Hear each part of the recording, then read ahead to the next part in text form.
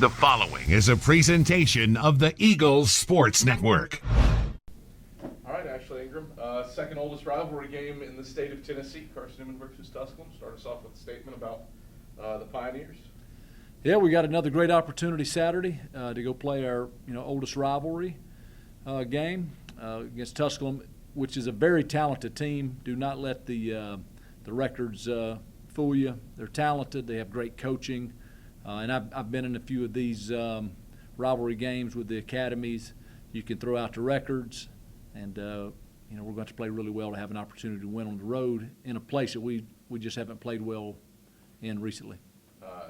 You bring up the service academies and those rivalry games. It's also the return of two teams playing triple option football against one another in the South Atlantic Conference. That hasn't happened since 2016. But does that warm your heart at all as an old triple option guy? Not at all. I'd rather they were not running option. I'd rather Coach Taylor not hired Coach Lang. No, they're good coaches, and it'll be a challenge. You know, when you play these games, every possession is of the great importance. The clock runs when you're running the football, so mistakes will be very costly. So we've got to take care of the football, and then we have an opportunity offensively. We got to make plays, and then on the other side of the ball, we can't give up big plays, and we need to get a turnover or two. You brought up the personnel. They're doing it with a lot of the holdovers from last year. Matthew Palazzo threw for 360 yards against Carson-Newman last season, and now is starting at quarterback in an option offense. Jalen Hunt has done some things in the past at running back and continues that. How have you seen them, based on what you've seen on tape, transition from more of a spread, more of a chuck it around to option principles? Well, like us, they've had growing pains, and we're still having some, and I'm sure that their coaches would feel the same way. But what I know is they've got great coaches that know exactly what they're doing. They know how they want to attack defenses, and they offensively are super talented skill set wise, and they're scoring points. I think their record is misleading as well. They've been in a lot of close games against good people. They very easily could have won several more games. And then with Coach Taylor running the defense or being heavily involved in defense, they continue to get better and better as the season progresses as well. This one has some oomph to it. A win, and you're Mountain Division champions, and playing Wingate 2 weeks from now for the title. Playoff picture is also in the mix. Do you look at that at all, or is it, hey, you just got to get better play by play? Right. Well, obviously those things are at play, and you obviously can't stick your head in the sand and ignore them, but all those things aren't going to help us win the game against Tusculum, and we've got to prepare each day to play them, a good football team on the road. So those, I guess those outside factors or factors have no bearing on what's going to happen on the field on Saturday. So we've got to play and try to block those things out as best we can. Justin Johnson saw significant time at quarterback against Anderson, a guy that has seen significant time at the position this season. What did you see out of him against AU? Well, once he settled down, we saw everything that we'd seen out of him, in practice through spring ball and fall camp. He's savvy. He's got a quarterback's mentality. He can move. He's athletic. He can throw the football. So I was not surprised at all by what I saw. Would have rather not seen it. Would rather not be in the situation where we had these injuries at quarterback. But I think it just says a lot about our offensive staff. I think it says a lot about Chuck that we've had to play 5 quarterbacks significantly during the season and still find ourselves in the position we're in. Defensively, felt like you dialed up the aggression a little bit against the Trojans and paid off with 14 tackles for loss.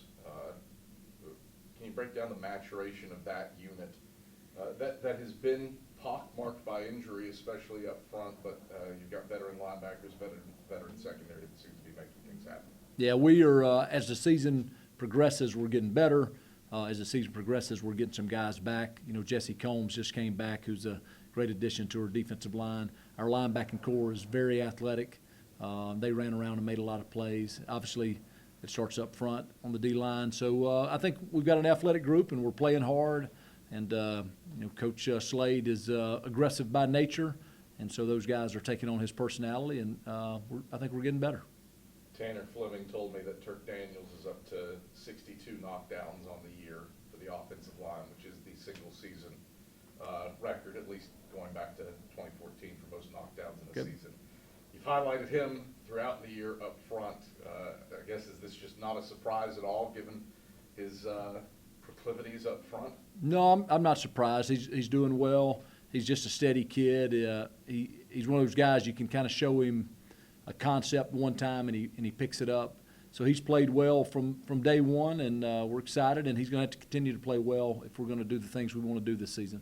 Can you speak to how is it? I'll start here. Is it unreal that you've played 3 freshmen on the offensive line, 2 of which have started every game for you?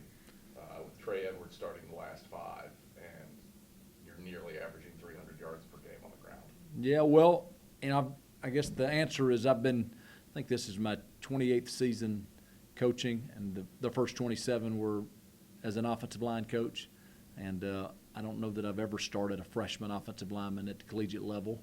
And to start 3 is pretty remarkable, and obviously to start 2 true freshmen, I think it says a lot about them, but I think it also says a lot about, the job that Tanner and Joe have done with the offensive line as well. Earlier this season, Tusculum spent time on campus, refugees of sorts from when Greenville was out without water post-Helene. Any leftovers from that week that they spent here practicing in Jeff County?